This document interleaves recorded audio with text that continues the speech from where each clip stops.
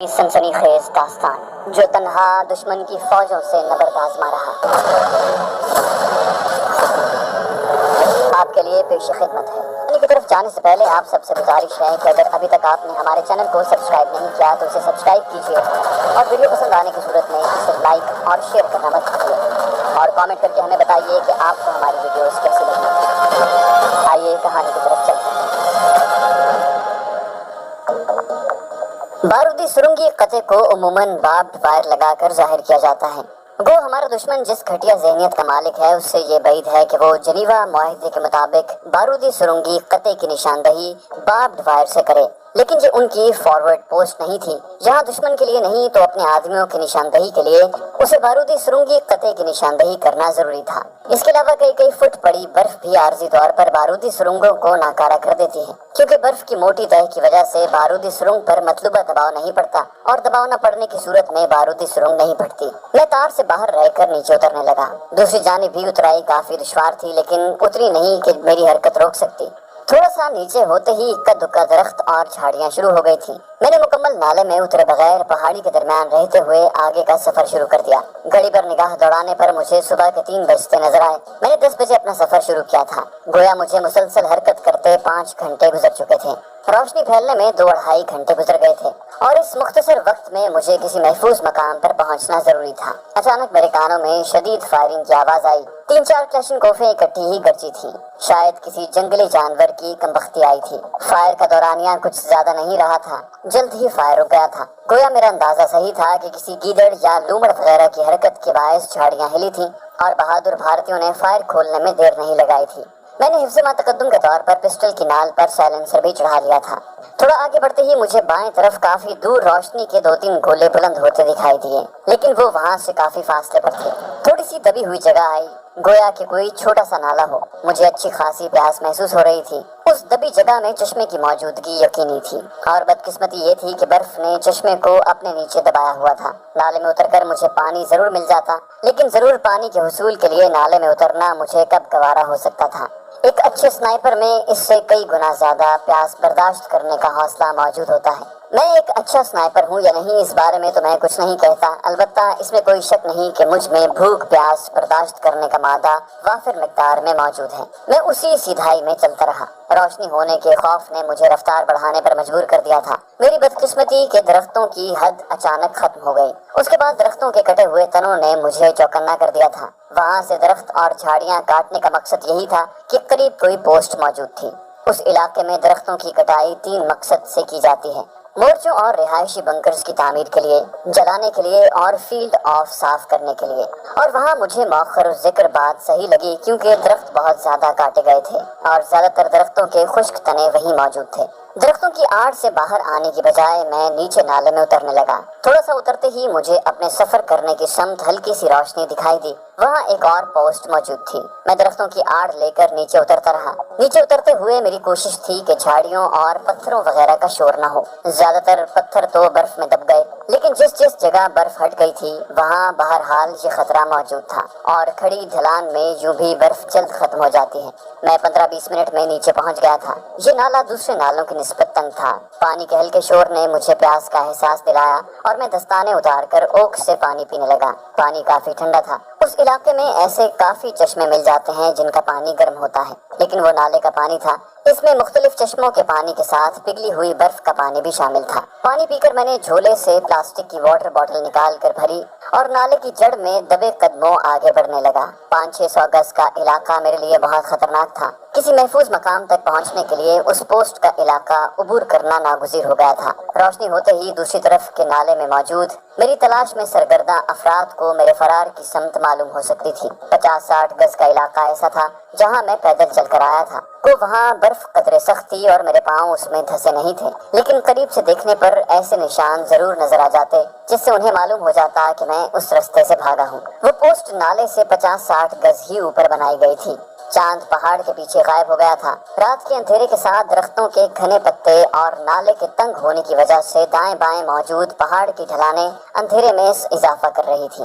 میں کافی دیر سے اندھیرے میں چل رہا تھا، لیکن اس کے باوجود بمشکل 2-3 گز کے فاصلے پر موجود بڑی چٹان یا درختوں کے تنوں کا ہیولہ وغیرہ ہی دیکھ پا رہا تھا۔ سنتری بھی مجھے ٹارچ جلا کر یا نائٹ ویژن سائٹ کی مدد سے ہی دیکھ سکتا تھا، دوسری صورت میں مجھے نہیں دیکھا جا سکتا تھا۔ اسی طرح احتیاط سے آگے بڑھتے ہوئے میں ایسی جگہ پہنچ گیا تھا جہاں سے مجھے پوسٹ کی ہلکی سی روشنی دکھائی دینے لگی تھی۔ 20 قدم مزید لے کر میں نے پوسٹ کے متوازی آ جانا تھا اور پھر اس سے آگے میں تیزی سے سفر کر سکتا تھا۔ میں مزید نالے کی جڑ میں ہو کر آگے بڑھا۔ اچانک میرا پاؤں کسی چیز میں الجھا۔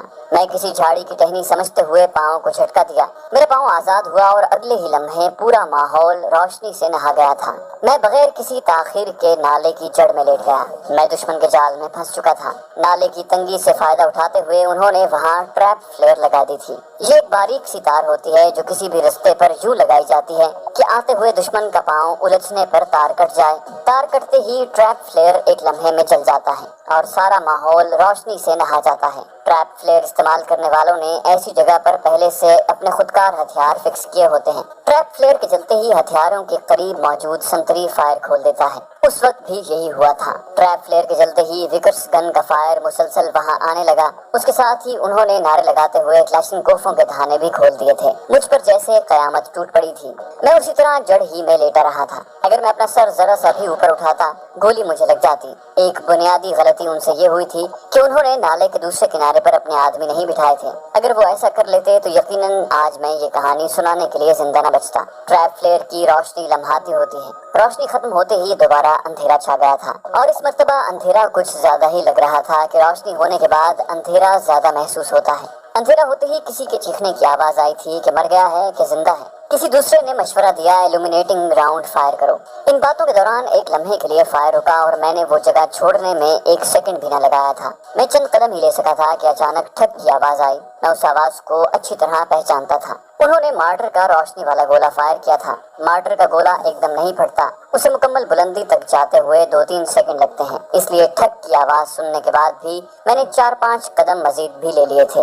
روشنی کے پھیلنے سے پہلے میں پوسٹ کے بالکل متوازی پہنچ گیا تھا۔ اس مرتبہ مجھے جو جگہ ملی تھی وہاں میں بیٹھ کر جوابی فائر بھی کر سکتا تھا۔ نالے کی بالکل جڑ میں سمٹ کر میں نے کلاشنکوف گلے سے نکال کر ہاتھ میں پکڑ لی تھی۔ کلاشنکوف پہلے سے کاک تھی، صرف سیفٹی لگی ہوئی تھی۔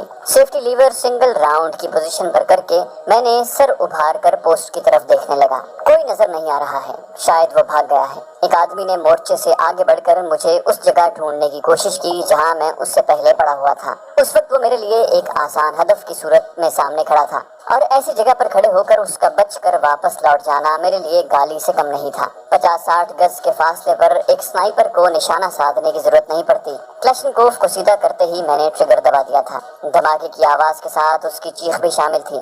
گولی اسے چھاتی میں لگی تھی۔ درد بھری آواز نکالتے ہوئے وہ وہیں ڈھیر ہو گیا تھا۔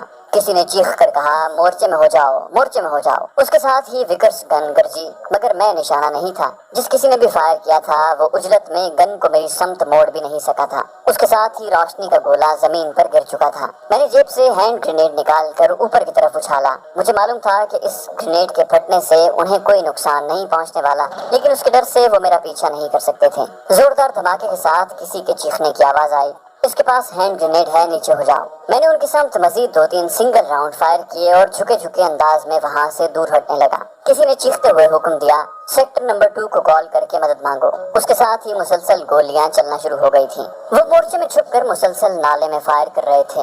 میرے پاس نہ تو اتنا ایمونیشن اور نہ ہی اتنا وقت کہ وہاں رک کر ان کا مقابلہ کرتا۔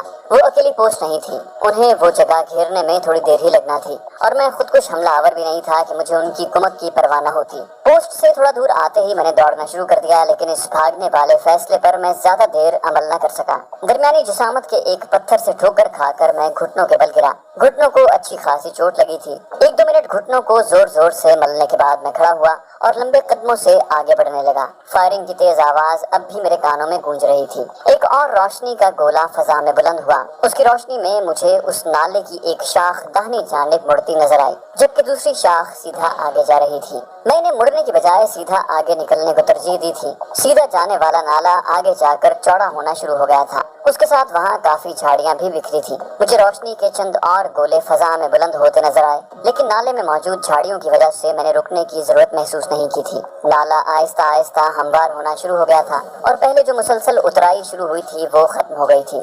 हमवार जगह पर मैंने अपनी रफ्तार थोड़ी और बढ़ा ली थी। मैं आखिरी मुठभेड़ होने वाली पोस्ट से 1.5 किलोमीटर दूर आया हूँगा कि अचानक मुझे सामने से टॉर्चों की रोशनी नजर आई। वो 100-150 गज दूर होंगी। उनके आने के अंदाज से महसूस यही हो रहा था कि उन्हें कहीं पहुंचने की जल्दी है। पोस्ट की जानिब से भी अभी तक इक्का दुक्का फायर की आवाज आ रही थी। उनके करीब पहुंचने से पहले मैं नाले के एक किनारे में हो गया था।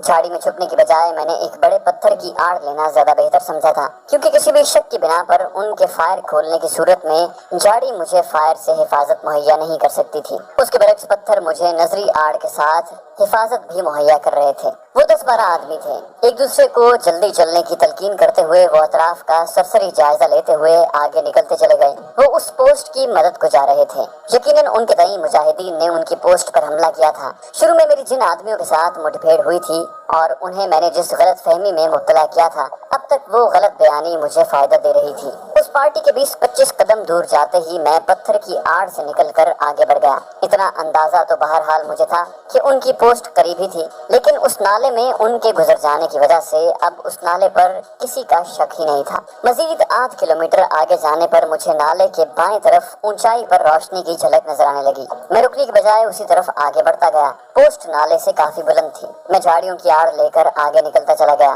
पोस्ट से 50-60 गज आगे आते ही हल्की हल्की रोशनी फैलना शुरू हो गई थी। मैंने दोबारा भागना शुरू कर दिया। रोशनी में इजाफे के साथ मेरी रफ्तार में भी इजाफा होता जा रहा था। मेरी नजरें गाहे गाहे इर्द गिर्द की पहाड़ियों का जायजा लेकर रास्ते पर मरकूज हो जाती। नाले में बिखरे हुए पत्थर से टकरा कर गिरने का तजुर्बा अगर मेरे जहन से महव हुआ भी था तो घुटनों को अच्छी तरह याद था। मलगजा उजाला फैलते ही मेरी नजर नाले के एक किनारे बने हुए कच्चे रास्ते पर पड़ी। रास्ते के दाएं बाएं भी घनी झाड़ियां मौजूद थीं, इसलिए मुझे उस रास्ते पर सफर करने में कोई कबाहत नजर न आई। रोशनी बढ़ती जा रही थी और मेरी नजरें किसी मुनासिब जगह की तलाश में सरगर्दा थीं। हल्का सा नशेब आया। नाला शुमाल मशरिक की जानिब मुड़ा और मुझे झटक कर रुक जाना पड़ा। आगे अच्छी खासी आबादी नजर आ रही थी। वहाँ मुझे पनाह मिल सकती थी, लेकिन ऐसी जगहों पर किसी अजनबी का छुपना मुमकिन नहीं होता, क्योंकि वहाँ सयाह वगैरह तो आने से रहे। ले देखिए मकामी लोग होते हैं जो एक दूसरे को अच्छी तरह पहचानते हैं। अगर इंडियन आर्मी वहाँ घर घर तलाशी लेने पर तुल जाती तो यकीनन मेरे साथ मेरे मेजबान की भी शामत आ जाती,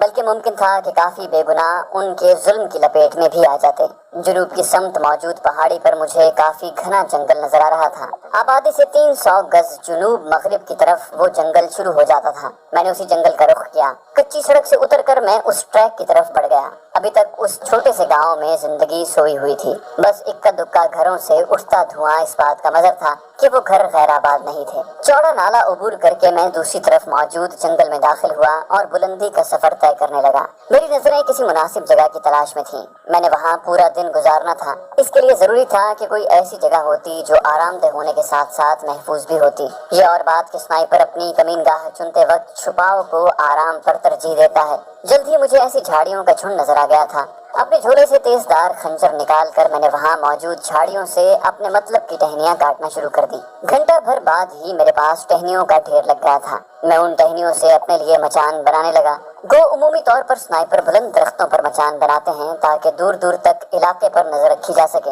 और फायर करते वक्त कोई रुकावट भी नजर न आए। लेकिन वहाँ मेरा मकसद किसी हदफ को निशाना बनाना नहीं था कि मैं ऊंचा दरख्त चुनता। उसके अलावा ये भी मसला था कि वहाँ दरख्त बहुत ऊंचे होते हैं। चीड़ दियार के दरख्तों पर तो मचान बनाई ही नहीं जा सकती, और जिन दरख्तों पर मचान बनाई जा सकती है वो भी ऐसी कि उसमें बमुश्किल बैठा जा सकता है। और मेरा बैठने का इरादा नहीं, लेटने का था। मजीद घंटा भर की मेहनत से मैं मचान बनाने में कामयाब हो गया था।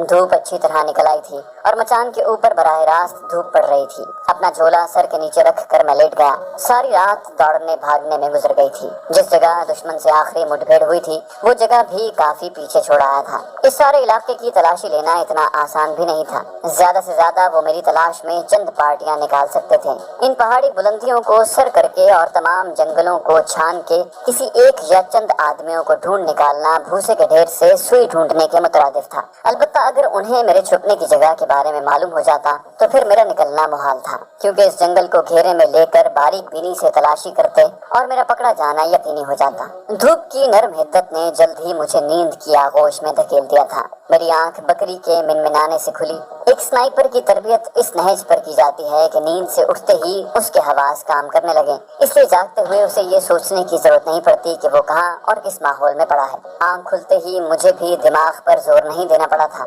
اس طرح جنگلوں اور مچانوں پر میں کئی راتیں گزار چکا تھا۔ یہ ماحول اور حالات میرے لیے نئے نہیں تھے کہ مجھے گھبراہٹ ہوتی۔ میں نے کروٹ بدلتے ہوئے اس سمت نگاہ دوڑائی جہاں سے آواز آئی تھی۔ مجھے کافی بھیڑیں اور بکریاں دائیں بائیں جھاڑیوں پر منہ مارتی نظر آئیں۔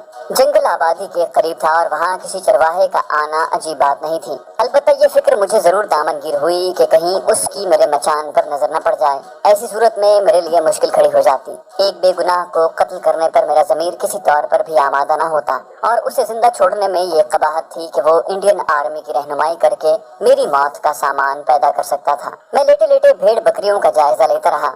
2-3 بکریاں ان جھاڑیوں کے پاس پہنچ چکی تھیں جہاں میں چھپا ہوا تھا۔ اچانک ایک جھاڑی کی اوٹ سے گہرے سبز اور سرخ رنگ کا لباس چھلکا۔ میں چونک پڑا تھا۔ اگلے ہی لمحے وہ میرے سامنے تھی۔ وہ ایک چرواہن تھی۔ بکری کے ایک چھوٹے سے میمنے کو ہنکاتی ہوئی وہ میرے مچان کی طرف آ رہی تھی۔ دوپٹے کو اس نے بڑے عجیب بلکہ خوبصورت انداز میں سر سے لپیٹا ہوا تھا، یوں کہ اس کے تمام بال اس میں چھپ گئے تھے۔ کشمیر کا حسن یوں بھی سر چڑھ کر بولتا ہے، لیکن مجھ پر اس کے حسن نے ذرا بھی اثر نہیں کیا تھا۔ ماہین کی بے وفائی کے بعد عورت ذات سے مجھے اتنی ہی نفرت تھی جتنا کسی بھی ناپسندیدہ چیز سے کی جا سکتی ہے۔ وہ نہ صرف میری امانت میں خیانت کی مرتکب ہوئی تھی، بلکہ اس کے ساتھ اس نے میرا مان، غرور اور بھروسہ بھی توڑ دیا تھا۔ اگر اسے طاہر سے محبت تھی تو وہ مجھ سے طلاق لے کر اس سے شادی کر سکتی تھی۔ یہ میری اور اپنی عزت کا جنازہ نکالنا اسے کسی طور زیب نہیں دیتا تھا۔ اس چرواہن کو دیکھ کر جانے کیوں میری سوچیں ماہین کی طرف پلٹ گئی تھی۔ سر جھٹک کر میں نے ان ناپسندیدہ سوچوں کو دور کیا اور اس لڑکی کو دیکھنے لگا۔ وہ ہلکی آواز میں کچھ گنگنا رہی تھی۔ شکل کی طرح اس کی آواز بھی سریلی تھی۔ گیت کے بول تو میری سمجھ میں نہیں آ رہے تھے، البتہ اس کی آواز کا اتار چڑھاؤ اور مٹھاس متاثر کن تھی۔ وہ میرے مچان سے آگے گزرتی چلی گئی۔ مچان کی طرف اس نے کوئی دھیان نہ دیا۔ ان جھاڑیوں سے 15-20 گز آگے ایک صاف پتھر کے ساتھ ٹیک لگا کر وہ بیٹھ گئی۔ اس چھوٹے میمنے کو پکڑ کر اس نے گود میں لٹایا اور اس کے چہرے اور جسم پر ہاتھ پھیرنے لگی۔ وہ یوں بیٹھی تھی کہ اس کے سامنے دیکھنے پر مجھے اس کے چہرے کی ایک طرف نظر آتی، جانے وہ اس میمنے سے کیا باتیں کیے جا رہی تھی۔ باتیں کرتے کرتے وہ تھوڑا سا آگے کو کھسک کر زمین پر لیٹ گئی۔ میمنے کو اٹھا کر اپنی چھاتی پر لٹاتے ہوئے اس نے اپنے بازوؤں کے گھیرے میں لے لیا۔ میمنا یقیناً پہلے سے ان حرکتوں کا عادی تھا کہ بڑے مزے سے اپنا سر اس کی گردن پر رکھ کر لیٹ گیا تھا۔ میں نے اسی طرح لیٹے ہوئے آنکھیں بند کر لی۔ ایک کشمیری دوشیزہ کی تنہائی میں کی جانے والی ادائیں دیکھنے کا مجھے کوئی شوق نہیں تھا۔ مجھے بس فکر تھی تو یہ کہ وہ مجھے دیکھ نہ لے۔ اسی وجہ سے میں نے کروٹ بدلنے سے بھی احتراز برتا تھا۔ ممکن تھا کہ میرے کروٹ بدلنے سے جھاڑی کی شاخوں میں پیدا ہونے والی حرکت اسے اس جھاڑی کی طرف دیکھنے پر مائل کر دیتی، لیکن میری احتیاط کسی کام نہیں آ سکی تھی۔ اس کی بکری کسی چیز سے ڈر کر بھاگی۔ بکری کا رخ میری مچان کی طرف ہی تھا۔ وہ بے اختیار اپنی جگہ پر کھڑے ہو کر اس سمت کو دیکھنے لگی جہاں سے بکری بھاگ کر آئی تھی۔ یقیناً بکری نے لومڑی یا گیدڑ وغیرہ دیکھا تھا۔ میں بھی اسی جانب دیکھنے لگا اور اسی لمحے میری غلط فہمی ہوا ہو گئی۔ انڈین آرمی کے 2 جوانوں کو دیکھتے ہی میں نے سائیڈ پر پڑی کلاشنکوف ہاتھ میں پکڑ لی تھی۔ ارے پردیپ سنگھ، دیکھو تو بھوت کو ڈھونڈتے ہوئے ایک افسرہ مل گئی ہے۔ پردیپ سنگھ نے مسکرا کر اس کی تائید کی تھی، بات تو صحیح کہہ رہے ہو۔ ان دونوں کا رخ اس لڑکی کی جانب ہو گیا۔ اطراف سے وہ یکسر بے پرواہ ہو گئے تھے۔ پہلے والے نے قریب جا کر گہری نظروں سے اس لڑکی کا جائزہ لیتے ہوئے پوچھا، شہزادی تمہارا نام کیا ہے؟ لڑکی نے ہٹلاتے ہوئے جواب دیا، ریشم۔ اس نے خباثت بھرے لہجے میں کہا، کتنا پیارا نام ہے۔ پردیپ سنگھ نے ان جھاڑیوں کی طرف سرسری نظر سے دیکھتے ہوئے کہا جہاں میں چھپا ہوا تھا، سلیم بھائی چلتے ہیں، باقی پارٹیاں آگے نکل جائیں گی۔ اور اس کے منہ سے سلیم سنتے ہی میرے سر پر گویا بم پھٹ پڑا۔ وہ مسلمان تھا اور اس کے باوجود یوں گھٹیا انداز میں ایک معصوم لڑکی کو ندیدے پن سے دیکھ رہا تھا۔ میرا دل چاہا کہ اس کے گندے وجود پر پوری میگزین خالی کر دوں۔ بڑی مشکل سے میں نے اپنے ارادے پر قابو پایا تھا۔ یقیناً انڈین آرمی میں ہندوؤں کے ساتھ رہتے رہتے وہ بھی ان کی صحبت میں پوری طرح رنگ چکا تھا۔ سلیم نے بازاری انداز میں کہا، ویسے دل تو نہیں کر رہا کہ اس موقع کو ضائع کیا جائے، پھر کبھی صحیح یار۔ اور اب تو صوبیدار صاحب بھی ساتھ ہیں، اسے اگر معلوم ہو گیا تو تمہاری کھال کھینچ لے گا، تمہارا ہم مذہبی ہے۔ सलीम ने तंजिया हुनकार भरी। बहुत देखे हैं ऐसे हम मजहब। और फिर कैप्टन प्रसाद राजन भी तो है, जानते हो कितना शौक है उनको कश्मीरी लड़कियों का। दूसरा बोला, अच्छा अब चलो भी, बाकी पार्टियां आगे निकल गई होंगी। नजर भी आ रहा है कि कितना ज्यादा जंगल बाकी है। अब तक तो हम एक हिस्से ही की तलाशी ले पाए हैं, इससे 2 गुना हिस्सा बाकी है और उसके बाद सेक्टर 2 के इलाके की तलाशी लेना है। सलीम ने अफसोस भरे अंदाज में गंदी सोचों भरा सर हिलाया। उफ यार, तुम भी न बस। सलीम ने अपना हाथ रेशम के गाल की तरफ बढ़ाते हुए पूछा, वैसे तुमने यहाँ किसी कमीने घुस बैठिए को तो नहीं देखा? लेकिन इससे पहले कि उसका हाथ रेशम के रुखसार को छूता, वो जल्दी से पीछे हट गई। उसके साथ ही उसने इनकार में गर्दन हिलाते हुए कहा, किसी को नहीं देखा। सलीम ने झपट कर उसका हाथ पकड़ लिया। हाय ओए, नखरा तो देखो। रेशम के मुंह से एक सुरीली चीख बुलंद हुई। वो झटका देकर उस खबीस से अपना हाथ छुड़ाने लगी थी, मगर सलीम की गिरफ्त काफी सख्त थी। 150-200 गज दूर से किसी की चीखती हुई आवाज आई, क्या हुआ, कौन है? सलीम ने खबासत से हंसते हुए जवाब दिया, कोई नहीं है, बस एक बुलबुल हमें देखकर घबरा गई है। इस मर्तबा उसी आवाज ने डांटते हुए कहा, ये बुलबुलों के चक्कर छोड़ो और आगे बढ़ो। और सलीम रेशम का हाथ छोड़कर चल पड़ा। रेशम का हाथ पकड़ते पकड़ते वो उस रुख से हट गया था जिस पर वो पहले चल कर आए थे। मेरा मचान अब उनसे 5 गज दाएं पड़ रहा था। आगे बढ़ते हुए भी उनकी नजरें रेशम की जानिब सरगर्दा रहीं, जो घबराए हुए अंदाज में उन्हें घूर रही थी। उसकी वजह से वो दाएं बाएं की झाड़ियों की अच्छी तरह देखभाल नहीं कर सकते थे। परेशान नहीं होना, मैं बाद में आऊंगा मेरी जान। 15-20 कदम आगे जाकर सलीम ने बेहुदा अंदाज में कहा। प्रदीप सिंह उसके अंदाज पर हंस पड़ा, यार अब बख्श दो इस गरीब को। जवाबन सलीम ने एक जोरदार कहकहा लगाया और वो झाड़ियों की ओट में गायब हो गए। आहिस्ता आहिस्ता उनकी आवाजें मातूम होने लगी। बेख्तियार मेरे मुंह से गहरा सांस खारिज हुआ और मैंने क्लैशनकोफ मचान पर रख दी। उसके साथ ही मैंने रेशम की जानिब देखा। वो चौंकते हुए मेरे मचान की जानिब ही देखने लगी थी। शायद मेरे मुंह से कुछ ज्यादा ही गहरा सांस खारिज हुआ था। मुझे अपनी बेहतियाती पर सख्त गुस्सा आया, लेकिन अब तीर कमान से निकल चुका था। वो खोजती निगाहों से करीब आई। उसने इस्तरारी अंदाज में अपने हाथ में मोटा सा डंडा भी पकड़ा हुआ था। मैंने खुद को अच्छी तरह छुपाया हुआ था, लेकिन इसका मतलब ये भी नहीं था कि मैंने सुलेमानी टोपी ओढ़ी हुई थी और बिल्कुल नजर भी नहीं आ रहा था। उसके करीब आते ही मैं उसे मजीद सस्पेंस में मुब्तला किए बगैर अपनी जगह पर उठ बैठा। मुझे देखते ही वो घबरा कर पीछे हटी। चीख रोकने के लिए उसने बेसाख्ता अपने होंठों पर हाथ रख लिया था। मचान से निकलकर मैं उसके सामने आ गया। यकीनन उन्हें आवाज देकर वापस बुलाने में आपको कोई दिलचस्पी नहीं होगी, मैंने कहा। उसने घबराए हुए अंदाज में दाएं बाएं सर हिलाया। नहीं, मैं उन्हें नहीं बुलाऊंगी। मैंने कहा, वैसे मेरी तरफ से कोई कदर नहीं है, आप उन्हें बड़े शौक से बुला सकती हैं ताकि मुझे गिरफ्तार करने के साथ वो आपको भी इनाम के तौर पर साथ ले जाएं। ये भी हो सकता है साथ न ले जाएं और यहीं मुकमका कर लें। यह आपको बताते चलें कि वो लड़की और उससे पहले प्रदीप सिंह और सलीम वगैरह उर्दू में बात नहीं कर रहे थे। लड़की बस टूटी फूटी उर्दू ही बोल सकती थी, लेकिन जिस अंदाज में बोल रही थी यकीनन वो अल्फाज जानने से कारीन को कोई दिलचस्पी नहीं होगी। प्रदीप और सलीम के बोले हुए अल्फाज में भी हिंदी और पंजाबी के बहुत से अल्फाज शामिल थे।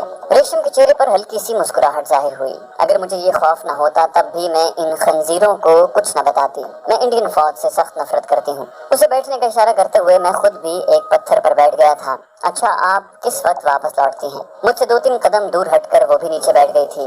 दोपहर को लौटती हूँ। मर्द की सोच के बारे में औरत की हिस्सियात बहुत तेज होती हैं। मेरे चेहरे और आंखों से हवैदा असरात उसे ये बावर करवाने के लिए काफी थे कि मैं उसके बारे में कुछ गलत नहीं सोच रहा। उसके जवाब ने मुझे इत्मीनान भरा सांस लेने पर मजबूर कर दिया था। यूं भी मैं उसे दोपहर से पहले वापस लौटने की इजाजत नहीं दे सकता था। उस पर शक करना मेरी मजबूरी थी। वो गाँव में जाकर किसी को भी मेरे बारे में इत्तला दे सकती थी और जरूरी नहीं था कि जिसे वो ये खबर सुनाती वो भी इंडियन आर्मी से उतनी ही नफरत करने वाला होता। यह नफरत करने के बावजूद इनाम हासिल करने का लालच भी उसे ये इत्तला इंडियन आर्मी तक पहुंचाने पर मजबूर कर सकती थी। अलबत्ता दोपहर को उसके चले जाने के बाद मैंने भी वो जगह छोड़कर आगे बढ़ जाना था। उसके बाद वो बेशक जिस किसी को इत्तला देती रहती, मेरी सेहत पर कोई असर न पड़ता।